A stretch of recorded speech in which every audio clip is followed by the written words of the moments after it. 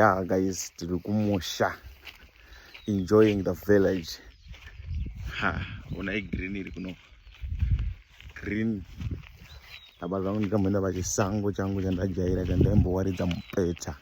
You know, kana wakurira kumusha unenge une chisango chako chaunoziva paposto paunowaridza mupeta wako.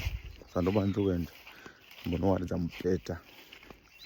Because ndikamudumbuka ndiri kunzwa sandaona ndikaitira padhentele tiri padhuze dhuze vanhu vanozonzwa kuti kumana ari kuwaridza. You know, kana wakangofamba so uchichinja environment uchisvika kune imwe environment une kamwe kamudumbuka unonzwa so.